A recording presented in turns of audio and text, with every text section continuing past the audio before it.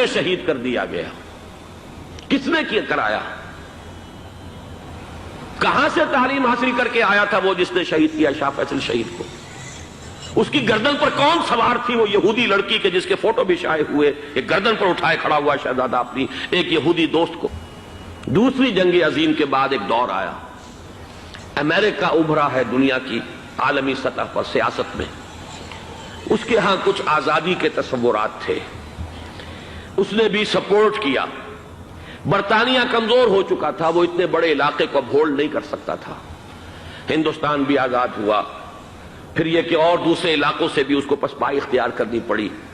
استعمار کے پنجے جس طرح بھی ہوئے، ان کے سینوں سے، عربوں کے سینوں سے جو ہے گویا کہ وہ ہٹے،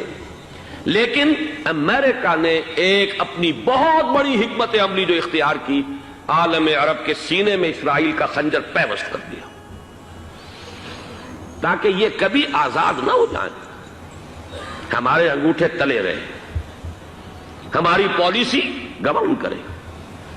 یہ استعمار کا دوسری جنگ عظیم کے بعد جہاں برطانوی استعمار، فرانسیسی استعمار رفتہ رفتہ یہ ہٹنے شروع ہوئے، صدر ناصر نے انگریزوں کو اٹھا کر پھینکا میڈیٹرینین میں اور دوسرے جگہوں سے،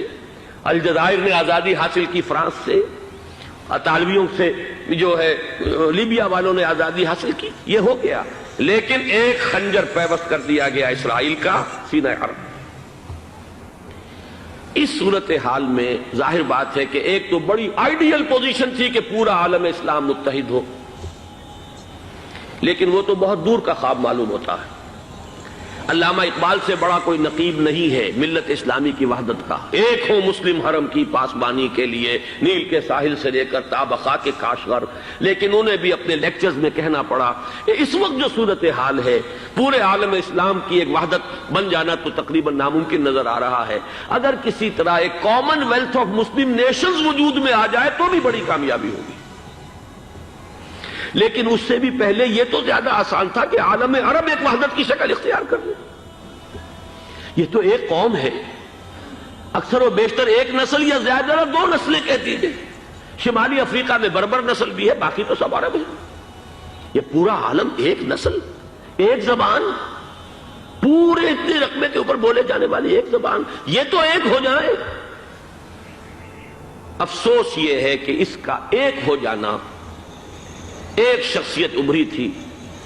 جو مذہبی مزاج کی شخصیت تھی،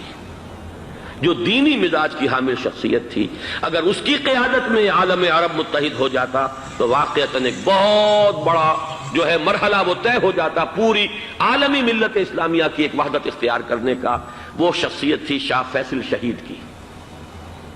اور اس لفظ کے ساتھ ہی آپ کے ذہن میں آ گیا ہوگا کیوں انہیں شہید کر دیا گیا، کس نے کرایا؟ کہاں سے تعلیم حاصل کر کے آیا تھا وہ جس نے شہید کیا شاہ فیصل شہید کو؟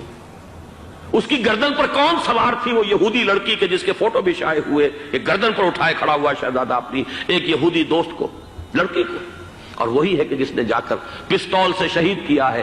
جان میں اچھی طرح جان لیجئے، جیسے بارہا میں نے عرض کیا ہے کہ حضرت عمر کو شہید کرنے والا کہنے کو ابو لولو فیروز تھا، لیکن اس کے پیچھے پورا ایرانی نسل پرستی کا جو پورا پس منظر ہے، اسے تو ہر شخص جس کی ذرا بھی نگاہ جو ہے جو صرف منظر کو نہ دیکھ رہی ہو، پس منظر کو بھی دیکھنے والی ہو، وہ تو جان لے گی کہ ابو لولو فیروز ایک فرد کا نام نہیں تھا، وہ ایران کا انتقام تھا عالم عرب سے۔ بالکل اسی طریقے سے یہ امریکی استعمار کا ہتھ کنڈا تھا، اسے محسوس ہوا۔ شاہ فیصل مذہبی مزاج کا شخص یہ ابھر رہا ہے، اور یہ شاہ فیصل کی حکمت عملی کا ذرا آپ اندازہ کیجئے۔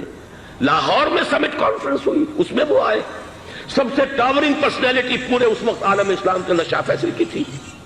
اور وہ گویا کہ ایک بہت ہی جس کو کہا جائے کہ ایک بہت ایلڈرلی، ایک بزرگانہ ایک شخصیت جو ہے، اور انہوں نے اپنے دولت کے دروازے، عرب میں وہ مشہور تھے کہ نہایت خسیس اور بخیل انسان ہے، اس لیے کہ وہاں وہ خرچ کرتے تھے حساب کتاب کے ساتھ، لیکن ان کے خزانے کھلے ہوئے تھے عالم اسلام کے لیے، ادھر بھی مدد ہے، ادھر بھی مدد ہے، ادھر بھی کام ہو رہا ہے، ادھر بھی کام ہو رہا ہے۔ پھر انہوں نے تیل کا ہتھیار استعمال کر کے ایک دفعہ امریکہ کو دن میں تارے دکھا دیے تھے، لہذا ان کا ہٹایا جانا سین سے یہ امریکی